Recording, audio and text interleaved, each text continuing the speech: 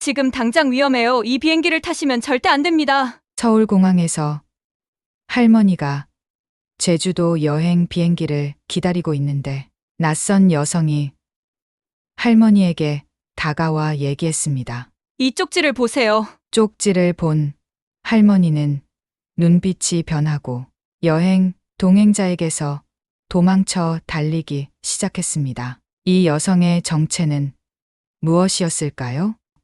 아침부터 내리는 가을비가 창문을 두드렸습니다. 민숙은 창가에 앉아 흐린 하늘을 바라보며 한숨을 내쉬었어요. 오늘도 지영이 생각에 가슴이 무거웠습니다. 지영아, 오늘도 비가 오는구나. 민숙은 벽에 걸린 딸의 사진을 바라보았습니다. 환하게 웃고 있는 지영이의 모습에 눈시울이 붉어졌어요. 3개월 전 갑작스러운 암 진단과 함께 시작된 악몽은 너무나 빨리 끝이 났습니다. 처음엔 이겨낼 수 있다고 생각했어요. 하지만 병은 지영이의 몸을 너무 빨리 삼켜버렸습니다. 민숙은 조용히 차를 끓였습니다. 평생 국어를 가르치던 교단을 떠난 지 5년째였지만 아직도 아침 차 한 잔의 습관은 그대로였어요.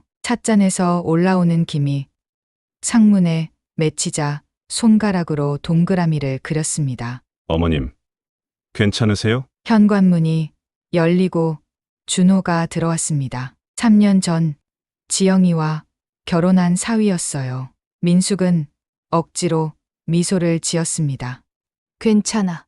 그냥 비가 와서 좀 우울해졌네. 준호는 조심스럽게 거실로 들어와 소파에 앉았습니다. 까만 머리카락이 젖어 있었고 긴장한 듯 손가락을 꼼지락거렸어요. 어머님, 드릴 말씀이 있어서요. 민숙은 차를 한 모금 마시며 준호를 바라보았습니다. 준호의 목소리에서 뭔가 이상한 느낌이 들었어요. 평소와 달리 목소리가 떨리고 있었습니다.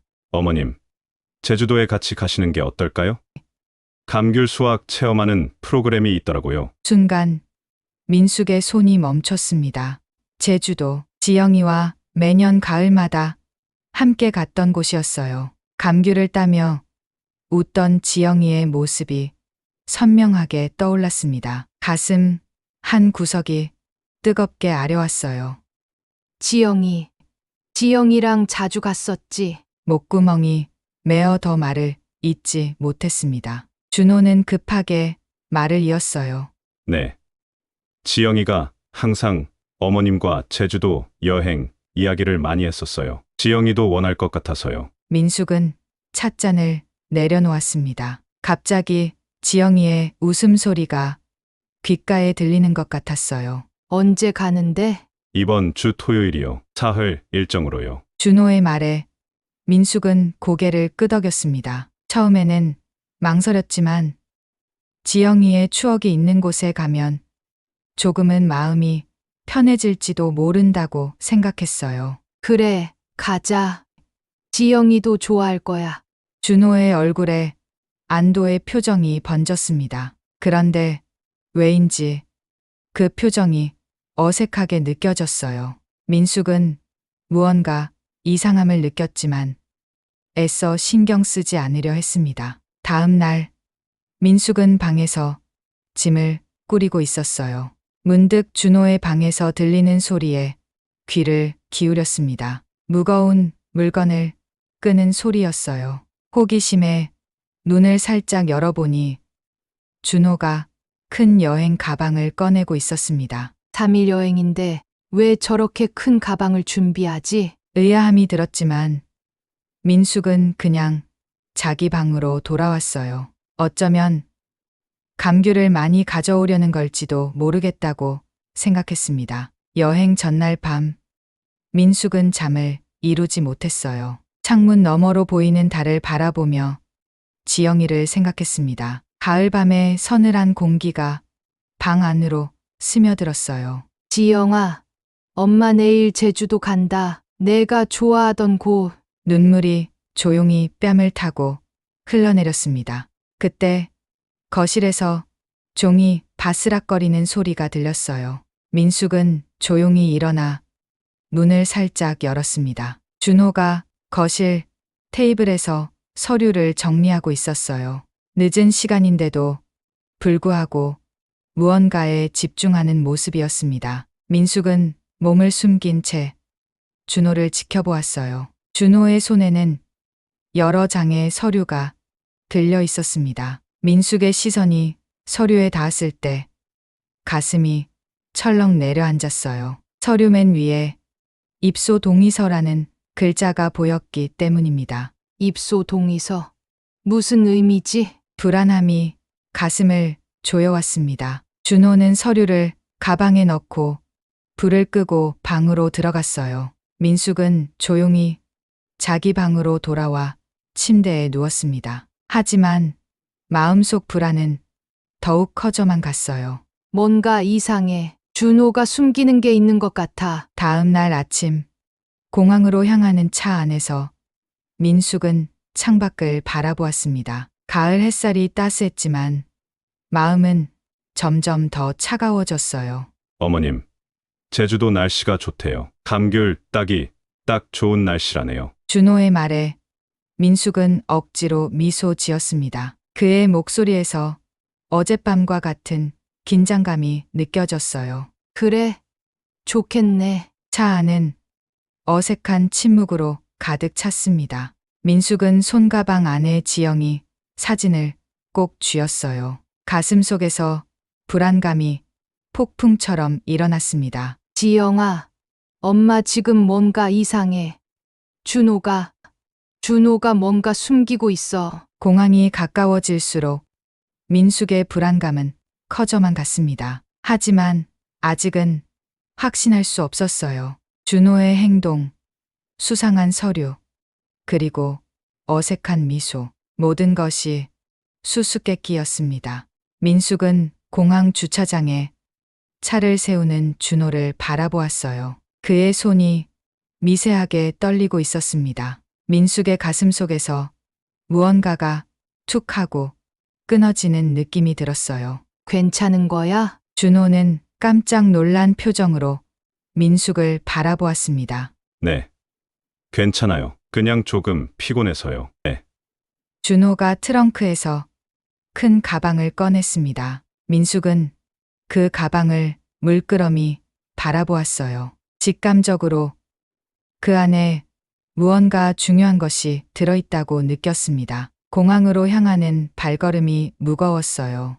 민숙의 마음속에는 의문이 가득했습니다. 공항은 여행객들로 북적였습니다. 민숙은 준호의 뒤를 따라 제주행 탑승구로 향했어요. 가슴 속 불안감은 점점 더 커져만 갔습니다. 어머님, 저 잠시 화장실 다녀올게요. 짐 좀 봐주세요. 준호가 큰 가방을 맡기고 서둘러 사라졌어요. 민숙은 한숨을 내쉬며 벤치에 앉았습니다. 손가락으로 가방 손잡이를 두드리며 생각에 잠겼어요. 문득 가방에 달린 자물쇠가 눈에 들어왔습니다. 뭐가 그렇게 중요한 걸까? 민숙의 시선이 가방에 꽂힌 순간 누군가가 옆에 다가왔어요. 박민숙 님이시죠? 깜짝 놀라 고개를 들어보니 모자를 쓴 젊은 여성이 서 있었습니다. 그녀의 눈빛에는 급박함이 가득했어요. 네. 그런데 어떻게? 여성은 주변을 재빨리 살핀 후 작은 목소리로 속삭였습니다. 지금 당장 위험해요. 이 비행기를 타시면 안 됩니다. 민숙의 심장이 쿵 하고 내려앉았어요. 여성은 재빨리 작은 쪽지를 민숙의 손에 쥐어주었습니다. 화장실에서 만나요. 지영이가 부탁했어요. 지영이란 이름에 민숙의 온몸이 얼어붙었어요. 여성은 아무 일도 없었다는 듯 자연스럽게 걸어갔습니다. 떨리는 손으로 쪽지를 펼쳤어요. 지영이가 부탁했습니다. 3층 여자 화장실로 오세요. 임수연. 민숙의 눈앞이 흐려졌습니다. 지영이가 부탁했다니. 죽은 딸이 무엇을 부탁했다는 걸까요? 숨이 가빠졌어요. 주변을 둘러보니 준호는 아직 돌아오지 않았습니다. 민숙은 결심했어요. 떨리는 다리로 일어나 3층으로 향했습니다. 에스컬레이터를 타는 동안 가슴이 터질 듯 뛰었어요. 지영아, 이게 다 무슨 일이니? 화장실 앞에 도착한 민숙은 잠시 망설였습니다. 모르는 사람을 따라가는 게 위험할지도 모른다는 생각이 들었어요. 하지만 지영이의 이름을 들은 이상 돌아갈 수 없었습니다. 화장실 문을 열자 아까 그 여성이 기다리고 있었어요. 그녀는 안도의 한숨을 내쉬었습니다. 오셨군요. 저는 임수연이라고 합니다. 지영이와 같은 병원에서 일했어요. 민숙은 놀란 눈으로 수연을 바라보았습니다. 지영이가 일했던 병원. 간호사였던 제 딸의 동료였군요. 우리 지영이를 아는 사람이었어요. 수연의 눈에 슬픔이 어렸습니다. 네. 지영 언니는 제 멘토였어요. 그런데 지금 그 이야기를 할 시간이 없습니다. 준호 씨가 곧 돌아올 거예요. 수연은 가방에서 서류 봉투를 꺼냈어요.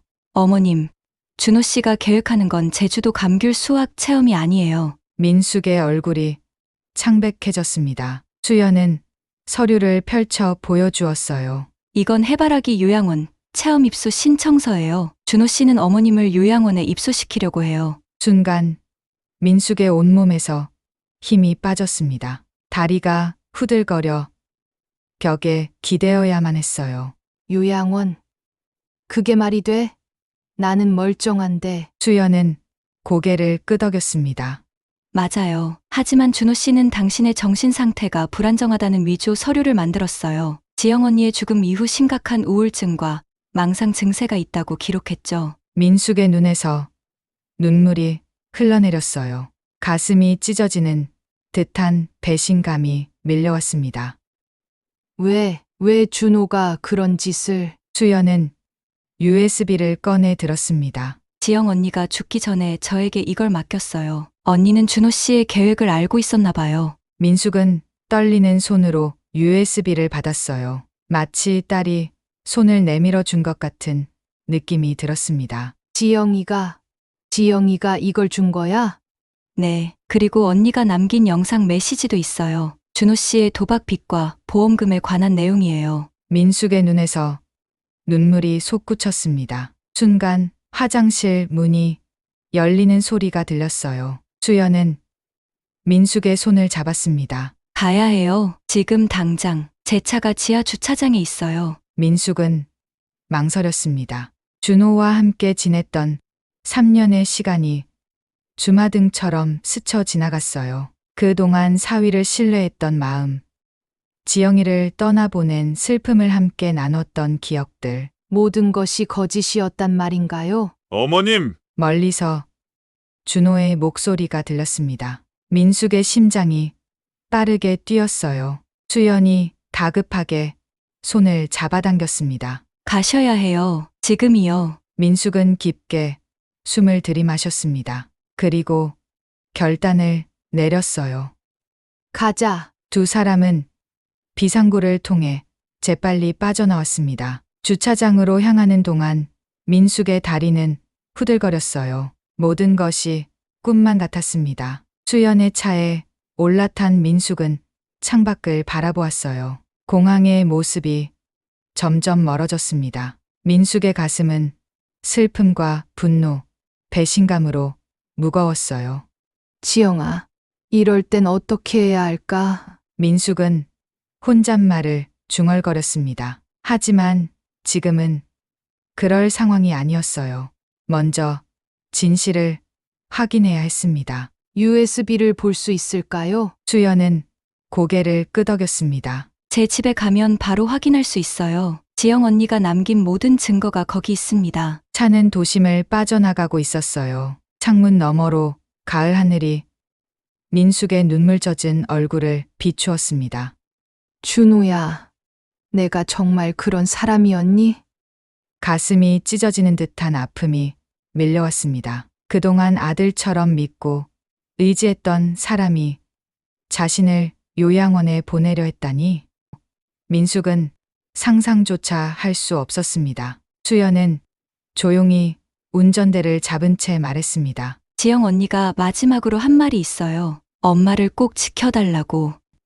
민숙의 눈에서 눈물이 왈칵 쏟아졌습니다. 딸의 목소리가 귓가에 맴도는 것 같았어요. 고마워요, 수연 씨. 내 딸의 부탁을 들어줘서. 차는 계속해서 도로를 달렸습니다. 민숙의 마음은 이미 돌아갈 수 없는 강을 건너고 있었어요. 이제 그녀 앞에는 숨겨진 진실을 마주해야 하는 길만이 남아 있었습니다. 수연의 차는 도심을 벗어나 한적한 주택가로 들어섰습니다. 민숙은 창밖을 바라보며 깊은 한숨을 내쉬었어요. 모든 것이 너무 빨리 일어났습니다. 여기가 어디죠? 수연은 조용한 아파트 단지 앞에 차를 세웠습니다. 지영 언니가 비밀리에 마련해둔 집이에요. 아무도 모르는 곳이죠. 민숙의 눈이 커졌습니다. 딸이 비밀 거처를 마련했다니 지영이가 얼마나 준비했는지 가슴이 아팠어요. 엘리베이터를 타고 4층으로 올라갔습니다. 수연이 문을 열자 깔끔하게 정돈된 방이 나타났어요. 작지만 아늑한 공간이었습니다. 누가 와 있네요. 소파에 앉아있던 중년 남성이 일어났습니다. 단정한 차림에 그는 부드러운 미소를 지었어요. 안녕하세요, 어머님. 저는 정호준입니다. 지영 씨의 친구였어요. 민숙은 마음이 복잡했습니다. 딸이 이런 준비를 하고 있었다니 얼마나 힘들었을까. 우리 지영이가 많은 준비를 했네요. 목소리가 떨렸습니다. 호주는 고개를 끄덕였어요. 지영 씨는 남편의 도박 문제를 알게 된 후 만일의 사태에 대비해 이곳을 마련했어요. 특히 어머니를 지키기 위해서요. 민숙은 소파에 앉았습니다. 갑자기 온몸에 힘이 빠졌어요. 수연이 따뜻한 차를 내왔습니다. 이 USB에 모든 증거가 있어요. 준호 씨의 도박 기록, 빚 내역. 수연이 노트북을 켜고 USB를 연결했습니다. 화면에 여러 폴더가 나타났어요. 그 중 엄마에게라는 폴더가 눈에 띄었습니다. 민숙은 떨리는 손으로 마우스를 움직였습니다. 화면에 지영의 얼굴이 나타났을 때 가슴이 무너져 내렸어요. 병으로 야위었지만 여전히 밝은 눈빛의 딸이었습니다. 엄마, 이 영상을 보고 계신다면 내가 예상했던 일이 일어난 거겠죠.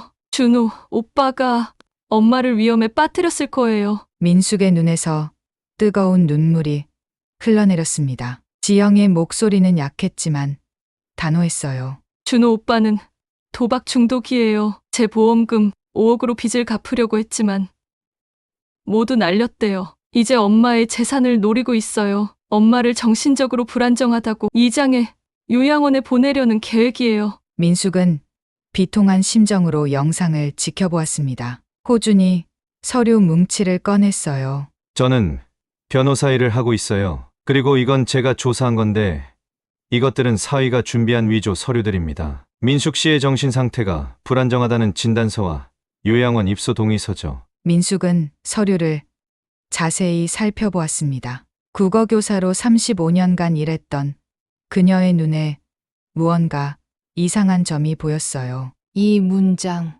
맞춤법이 틀렸네요. 그리고 이건 의학 용어인데 잘못 쓰였어요. 호준과 수연이 놀란 눈으로 민숙을 바라보았습니다. 민숙은 계속해서 서류를 분석했어요.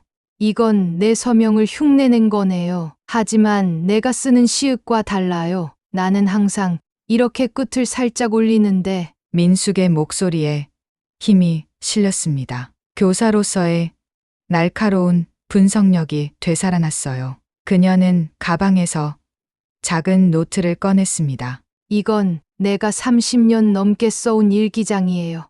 매일 아침 학교 가기 전에 썼죠. 지영이가 아플 때도, 떠난 후에도. 호준이 일기장을 받아들었습니다. 빼곡하게 적힌 글씨는 한결같은 필체였어요. 감정에 기복이 있을 때도 논리정연하게 기록되어 있었습니다. 이 일기장이 어머님의 정신 상태가 안정적이라는 결정적 증거가 될 수 있겠네요. 수연이 노트북에서 다른 파일을 열었습니다. 화면에 준호의 도박 기록과 뒷내역이 나타났어요. 준호 씨는 지영 언니의 보험금 5억을 모두 도박으로 날렸어요. 그리고 또 다른 빚이 10억이나 더 있습니다.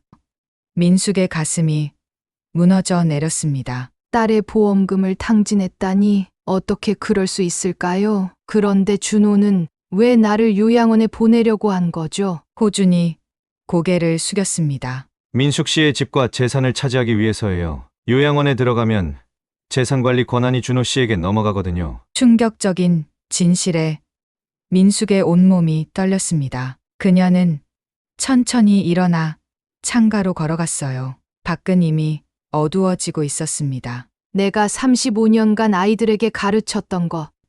언어의 힘. 글의 중요성. 그게 지금 나를 구했네요. 민숙의 목소리는 조용했지만 단호했습니다. 민숙은 창밖을 바라보며 깊은 숨을 내쉬었어요.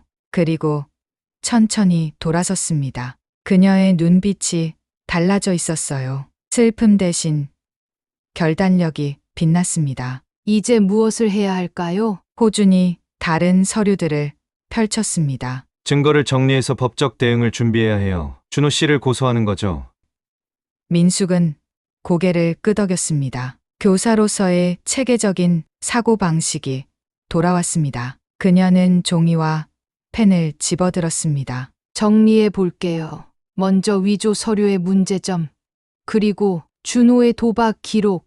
지영이의 증언. 민숙의 손이 빠르게 움직였습니다. 35년간 학생들의 글을 첨삭하고 분석했던 경험이 그녀를 도왔어요. 논리적으로 증거를 분류하고 정리하는 모습에 수연과 호주는 감탄했습니다. 역시 선생님이세요. 민숙은 처음으로 미소를 지었습니다. 딸이 떠난 후 잃어버렸던 자신감이 조금씩 돌아오는 것 같았어요. 고마워요. 두 분. 우리 지영이의 친구들이어서. 목소리가 살짝 떨렸지만 눈빛은 단단했습니다. 민숙은 다시 펜을 들었어요. 이제 그녀는 정의를 위한 싸움을 시작할 준비가 되어 있었습니다. 시간이 한참 지나 지금은 법원, 독도는 차분한 긴장감으로 가득했습니다. 민숙은 단정한 정장 차림으로 변호사와 함께 앉아 있었어요. 손가락이 미세하게 떨렸지만 눈빛만은 흔들림이 없었습니다. 긴장하지 마세요. 모든 증거가 충분합니다. 호준의 말에 민숙은 고개를 끄덕였습니다. 마음속으로 학생들 앞에 섰던 수많은 날들을 떠올렸어요. 35년간 교단에 서며 익힌 침착함과 논리적 사고가 지금 그녀의 가장 큰 무기였습니다. 법정 문이 열렸습니다. 민숙은 깊은 숨을 들이마시고 천천히 안으로 들어갔습니다. 그리고 준호와 눈이 마주쳤어요. 한때 아들처럼 생각했던 사람의 눈에는 당혹감과 두려움이 가득했습니다. 민숙의 가슴이 아팠지만 지영이를 생각하며 고개를 들었어요. 재판이 시작되었습니다. 피고인 강준호 씨는 장모님인 박민숙 씨를 정신적으로 불안정하다고 위장하여 요양원에 입소시키려 한 혐의로 기소되었습니다. 검사의 말이 법정에 울려 퍼졌습니다. 민숙은 손에 쥔 30년 된 일기장을 바라보았어요. 지영이가 태어났을 때부터 써온 일기였습니다. 증언대에 선 민숙의 심장이 빠르게 뛰었어요. 하지만 그녀의 목소리는 또렷했습니다. 저는 35년간 국어교사로 일했습니다. 학생들에게 항상 가르쳤죠. 언어의 힘, 글의 중요성을. 민숙의 목소리가 점점 힘을 얻었습니다. 그녀는 준호가 위조한 서류를 하나하나 분석했어요. 문법적 오류, 잘못된 의학 용어, 어색한 문장 구조, 국어교사의 눈으로 본 허점들이었습니다. 이 서명은 제 것이 아닙니다. 30년간 제가 쓴 일기장의 필체와 비교해 보세요. 시읒의 끝이 다릅니다. 제가 항상 쓰는 방식과 달라요. 재판장은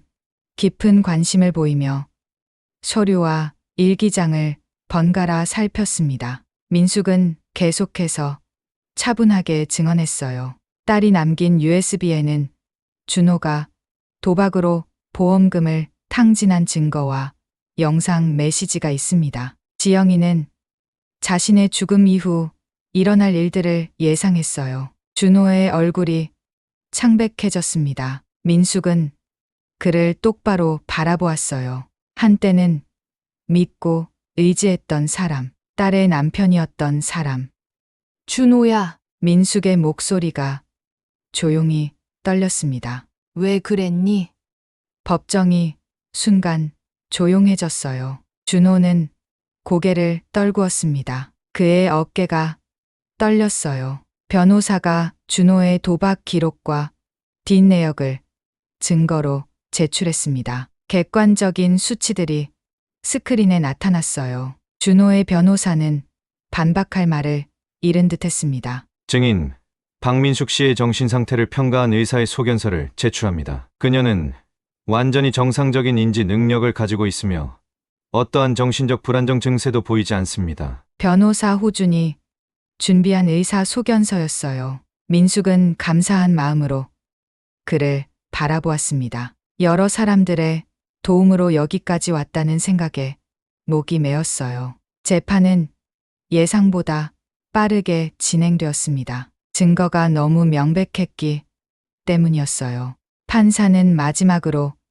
민숙에게 물었습니다. 박민숙 씨, 마지막으로 하실 말씀이 있으신가요? 민숙은 잠시 생각에 잠겼습니다. 교단에서 학생들을 바라보던 그 시선으로 법정을 둘러보았어요. 35년 동안 저는 아이들에게 정직을 가르쳤습니다. 글을 쓸 때는 진실을 담아야 한다고요. 지금 제가 이곳에 서 있는 이유는 그 진실을 지키기 위해서입니다. 딸을 잃은 아픔 위에 또 다른 상처를 받았지만 저는 여전히 교사입니다. 진실을 가르치는 사람이죠. 법정이 숙연해졌습니다. 판사는 고개를 끄덕이며 최종 판결을 내렸어요. 피고인 강준호에게 징역 3년에 집행유예 5년을 선고합니다. 또한 피해자 박민숙 씨에게 모든 재산을 반환할 것을 명령합니다. 민숙의 눈에서 눈물이 흘러내렸습니다. 끝났다는 안도감과 함께 여전히 가슴 한구석이 아팠어요. 재판이 끝나고 사람들이 하나둘 법정을 빠져나갔습니다. 복도에서 준호가 민숙에게 다가왔어요. 그의 눈에는 후회와 부끄러움이 가득했습니다. 어머님, 정말 죄송합니다. 민숙은 묵묵히 그를 바라보았습니다. 원망과 분노가 있었지만 한편으로는 안타까움도 느껴졌어요.